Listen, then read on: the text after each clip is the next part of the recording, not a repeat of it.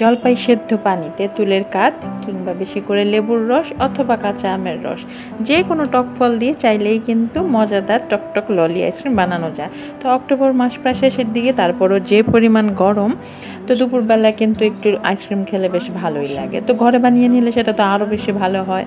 তো সেটা বানানোর জন্য আমি ফ্রিজে কাঁচা আম সেদ্ধ করে রেখেছিলাম, তো সেটা একটু সামান্য পরিমাণ নিলাম, কাঁচা আমের রস যেটা আর কি, বা কাঁচা আমের কাঠ বলতে পারেন।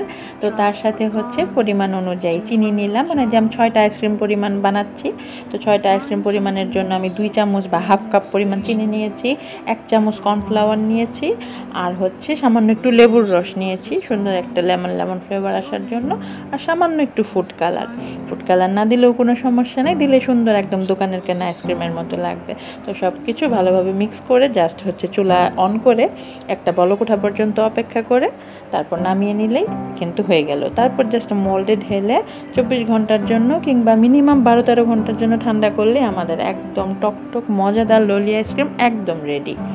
তো চাইলে বাচ্চাকে ঘরে বানিয়ে দিতে পারেন। আমি আমার ছেলেকে সবসময় বানিয়ে দেই, কারণ দোকান থেকে সে 20 টাকা দামের ললি অস্বাস্থ্যকর হয় কিনা, কেমন হয় সেটা খাওয়ার চাইতে আমার কাছে মনে হয় যদি ঘরে একদম ফ্রেশ ফলের রস দিয়ে বানিয়ে দেওয়া যায় সেটা কিন্তু খুবই ভালো হয়।